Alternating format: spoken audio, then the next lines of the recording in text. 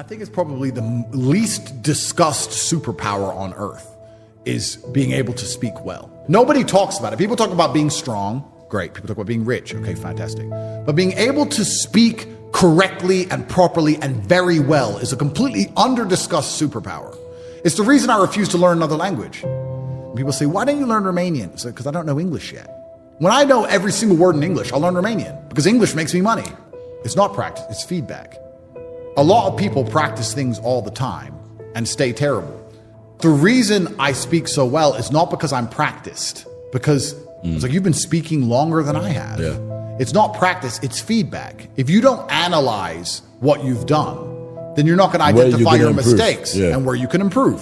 I will watch this podcast back 10 times and I will realize all the times I stuttered or all the times I had to repeat myself or all the times I didn't use a word I was supposed to use. And that's why next time I do a podcast, it'll be better than even before. And that's also a lesson you can take and apply towards life. You can apply the feedback aspect towards life. Practice alone will not improve you. Practice is going to build habits. In fact, from fighting, I know this very well. If you allow a student to come and learn bad habits at the beginning, it's very hard to get out of them. This is why most people, when they talk on podcasts, are saying, I can't even listen to that shit. I'm like, you don't even speak English? If you can't get your point across compendiously and you can't articulate yourself in a concise manner, how do you expect other people to affiliate with your worldview? One of the superpowers of life is thinking something and making somebody else think the same. Sitting there and making somebody agree with you, or at least making them understand why you think how you think, is a superpower, surely. And it's massively misunderstood and underrepresented and not used, and it's not practiced and it's not versed. And imagine being Lucy from the BBC. The story of Lucy is as follows. When I first went to jail, on my jail phone, I ended up speaking to my PR team, and they said, this girl, Lucy, wants to come give you an interview, and she wants to tell the truth about your case. She doesn't want to matrix attack you. I said, that's a lie. Yes, she does. They convinced my PR team that this was not a matrix attack, and they came in friendly, and they sat down, convinced it was not a matrix attack, and we had cameras running in the background, which they didn't know, and then they instantly matrix attacked me and tried to make a fool of me. Lucy even admitted on BBC Radio 4 at a later date that she had been rehearsing for 2 months for that interview. Imagine rehearsing for 2 months, setting a man up, lying, pretending it's going to be a softball interview or an interesting interview. It's not even softball. It'd be interesting to ask actually pertinent questions, and instead matrix attacking him, and off the top of his head, when he just came out of a jail cell for 93 days of solitary confinement, getting destroyed. These people must hate me. Of course they hate me. It's like SEAL Team 6 breaking into a man's house and them all getting beat up with a spoon. Like, there's no way that I should have won that fight. There's no way I should have won. They're the BBC. They had prepared. They'd set it up. She had rehearsed. They lied, saying it was going to be completely different questions. I just got out of jail. I had mental health problems. I couldn't sleep. I had bad nightmares. I've been in solitary confinement. And I come out, I win. Of course they hate me. I'd hate me. So why did I even do it? I guess the reason I did it is because I always have a parachute. I always have a bungee cord of brutal competence. And that competence has come from conflict, and I'm very well versed. I can argue any point. I can argue when I know I'm wrong. I can argue the sky is green. There's no point I can't argue. I think also, I'm actually kind of curious, I've thought about this myself, how useful it will be into the future when the AI comes along and controls us all. You know what my biggest fear of the machine minds are? My biggest fear is that people will be as smart as me. That will piss me off. I don't want a bunch of people to have Google brains. That's going to annoy me. I don't want that to happen. Hopefully it happens when I'm already gone. But yeah, being able to speak is a massively misunderstood superpower that a lot of people need to understand that can drastically change their life. But you're only going to be able to do it if you apply feedback to it. And the same is with absolutely everything in your life. Not enough people look back on what they did and identify where they made a mistake. And some people will do it when they lose. But the true professionals do it when they win. When my dad was playing a chess game, if he won the game, he would still analyze the game and see if he could have lost, where it could have gone wrong, how he could have won faster, what mistakes he did make, what he did well, what he did wrong, win or lose. So many people will sit in a scenario where everything went wrong and go, correction. Not so many people. I would say 75% of people will not ever self-analyze the situation they're in. They'll blame everyone else. If they went to jail like I did, they'd say, they put me in jail because they're liars and the Matrix did it. True. But when I was in jail, I was like, how did I get here? What did I do? What did I say? What institutions want me in jail? What did I do that angered them?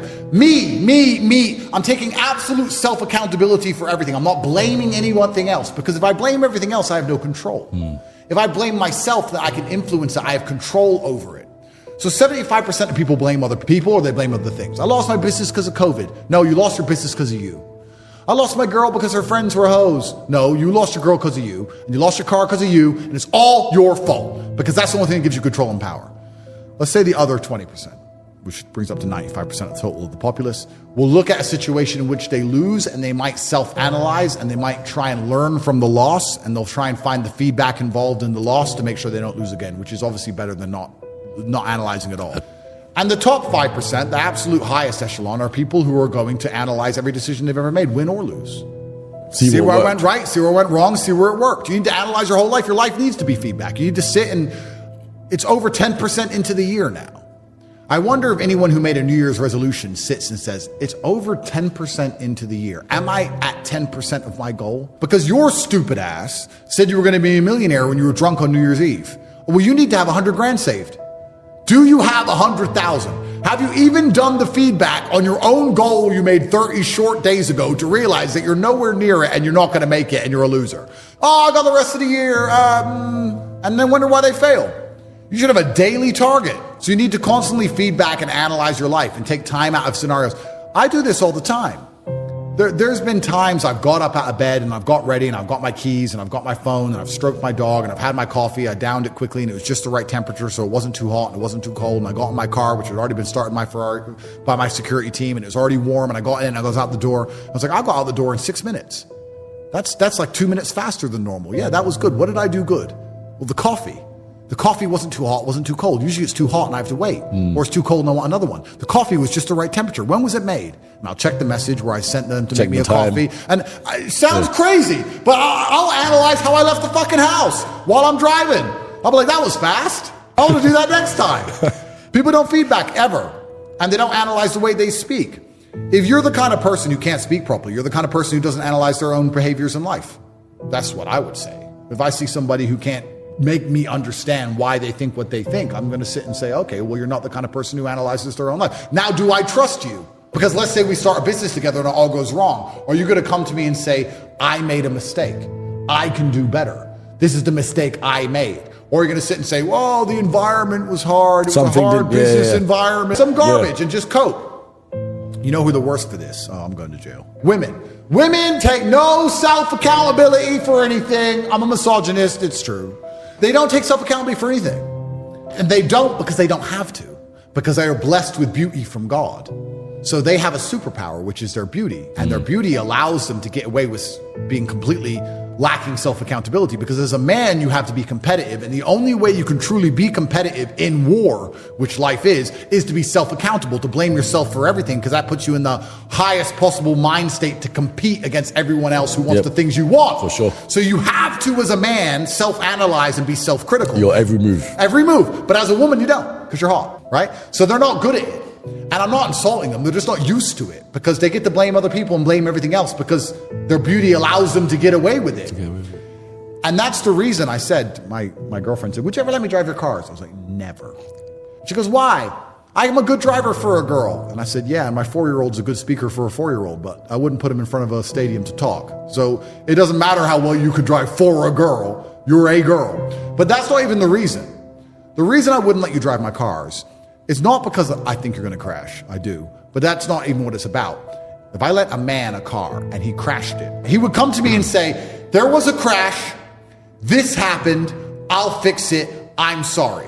Even if he believes it wasn't his fault, he would still, if he's the kind of guy I know, have enough self-accountability to go, this idiot pulled out of nowhere, but I was speeding. I was going fast. It's a fast car. I'm going to fix the car. I'm going to get it sorted. I'm going to pay for it. If a woman crashes the car, that's not what you're going to hear. It wasn't my fault. You don't understand it. And I didn't do anything wrong. And he pulled out. And I'll be like, well, how are you going to fix it? I'm not going to fix it because he pulled out. And I didn't know. Why are you yelling at me? This isn't my fault.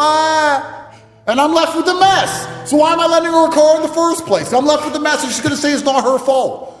Anyone who's not self-accountable, I don't trust. So back to, let's avoid the women's subject because it always gets me in trouble. Back to men. If you're a man who's not self-accountable, I don't trust you. So if you're a man who's making a mistake as permanent as not being able to speak and convey your ideas correctly, well, then I don't trust you as a person. And that's probably the best thing about money. People often ask me what the best thing about being rich is. And there's not much that's good. Private jets are good because it's convenient. It's like getting an Uber. There's no airport garbage. Supercars are fun. I love supercars. But most other rich stuff is garbage. Like caviar's crap, champagne's crap. I don't like, one of the best things about being rich is I don't have to talk to anyone I don't want to talk to. If someone comes to me and goes, Andrew, we can make a lot of money together, but I think they're a nerd, that's what I'll talk to them. I don't want your money. I would rather not have money than sit and talk to a nerd. You're a dork. Oh, you're a vegan. Get fucked. Oh, but we'll make money. Don't care. I don't want the money. I am principled now, which goes back into my earlier point about why I want my fans to have money, because if you have money, you're principled. If you're a brokey, you'll sell your soul. So one of the best things about being rich is I get to be exceptionally principled, and I get to also not talk to anyone I don't want to talk to all of the time, which I do truly enjoy. It's one of the best things about it. When I tell people that you are the sum of the 5 people you spend the most time with, everyone agrees.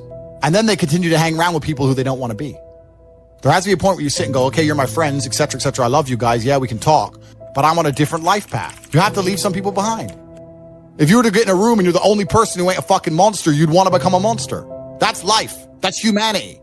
And that's why I live in a competitive environment. I live with my brother, my cousin. We could all afford fucking 10 houses each. We live together on purpose. If my brother does 500 push-ups, I ain't going to be the bitch at the house. I ain't going to not do them. You have to understand, I'm rich because of a bunch of things that money cannot buy. There's people with lots of money, but they don't have the network I have. They don't have the brotherhood I have. Just sitting with my boys knowing that if the bullets start flying, me and my 10 friends, we all die or no one dies. Having women who would literally, you could go to jail for 10 years and they would wait for you. Like having physicality, walking through the world bigger and stronger than everyone else, having all those professional fights, all the pain, all the bullshit I've been through. You ain't a good man if you haven't had trauma. My money's nothing, right? Money's easy. Like once you're past 10 mil, let's say, there ain't nothing to buy. Let's say 20, 30 mil, whatever. There ain't nothing to buy. I mean, how many diamond watches do you need? You know? I believe money is an amplifier. I don't believe money changes. I think it amplifies. So if you're a dork and you get incredibly wealthy, you become a mega dork. Whereas if you see a Lambo pull up and a big and strong, bald, whatever crazy dude gets out, you think, okay, he's a drug dealer. He's a mafia boss. I'm very fortunate. I'm very happy that I was poor for a long time because I never would have been able to learn the lessons I've learned. I wouldn't have never been able to take those risks. So I'm very glad I was poor for a very long time. And the reason I'm the richest person on the planet is not because of the amount of money I have. It's because of all the shit that happened to me when I was poor. Like, I respect Elon. They're great guys, whatever. I don't know them. Who cares?